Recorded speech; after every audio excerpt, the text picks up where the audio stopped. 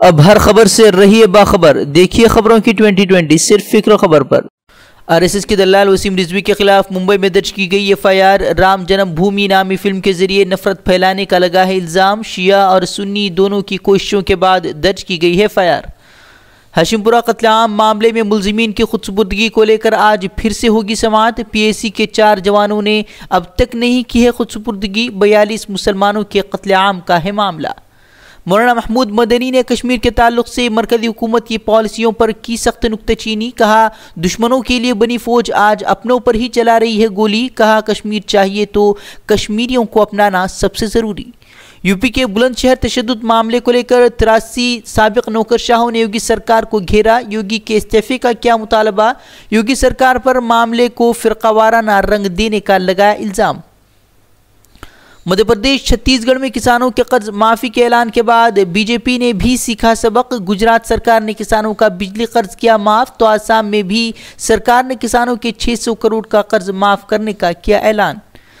साबिक पीएम मनमोहन सिंह का पीएम मोदी पर करारा वार। कहा, मैं मीडिया से घबराने वाला पीएम नहीं था। 4 साल दौरे इख्तिदार में पीएम मोदी की एक भी प्रेस कॉन्फ्रेंस न करने पर उठाए सवाल। खुद को एक्सीडेंटल प्राइम मिनिस्टर कहने पर भी ली चुटकी।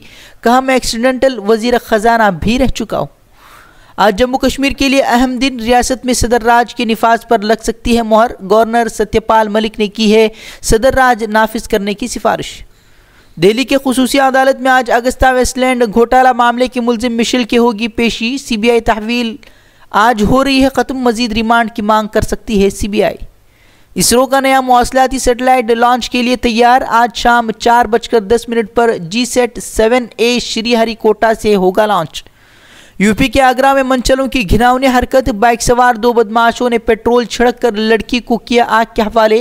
लड़की की हालत बताई जा रही है नाजुक, दोनों बदमाश फरार। दिल्ली में फजाई आलूदगी को कम करने के लिए केजरीवाल सरकार का अहम कदम। 1000 इलेक्ट्रिक बसों को सड़कों पर उतारने की तैयारियां जारी। ऑनलाइन मेडिसिन की खरीदारी पर दिल्ली सरकार ने लगाई रोक। नया कानून बनने तक बरकरार रहेगी पाबंदी। पाबंदी के खिलाफ ऑनलाइन दवासाज कंपनी ने दाखिल की है अपील। 5 रियासतों में बीजेपी की हार के बाद एनडीए की हिलने लगी बुनियाद। कुशवाहा के बाद अब एलजेपी ने भी बीजेपी को दिखाई आंखें। कहा, अगर छोटी पार्टियों को किया जाता रहा नजरअंदाज तो हो सकता है नुकसान। राफेल मामले में सुप्रीम कोर्ट के फैसले के बाद बीजेपी का मुल्क भर में एहतजाज का प्रोग्राम। कांग्रेस हेडक्वार्टर का घेराव करेंगे बीजेपी कारकुनान। राहुल गांधी से माफी का करेंगे मुतालबा। पाकिस्तानी जेल से रिहा हामिद अंसारी आज वजीर खारजा से करेंगे मुलाकात। कल ही पाकिस्तान से वतन लौटा था अंसारी। गैर कानूनी तौर पर पाकिस्तान जाने पर किया गया था गिरफ्तार। कर्नाटका के माहीगीरों को मिली बड़ी राहत। गोवा सरकार ने मछली दरामद पर छूट देने का किया ऐलान। छोटी सवारियों के जरिए मछली दरामद करने की होगी इजाज़त।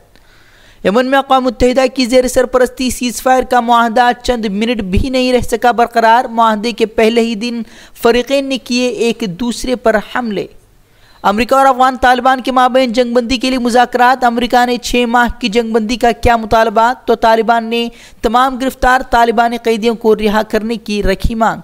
लंदन में बेटे का नाम रखने पर वालिदैन को दी गई 5 साल कैद की सज़ा। नाज़ी जोड़े ने बेटे का नाम रखा था एडोल्फ हिटलर। फसाद, बदअमनी और नाज़ीइज़्म को नाफिज करने के जुर्म में सुनाई गई सज़ा। दरख्वास्त फॉर्म जमा करने की आज आखिरी तारीख। ख्वाहिशमंद अफराद के लिए आज आखिरी मौका। ऑनलाइन हज फॉर्म दाखिल करने की भी सहूलियत की जा रही है फराहम।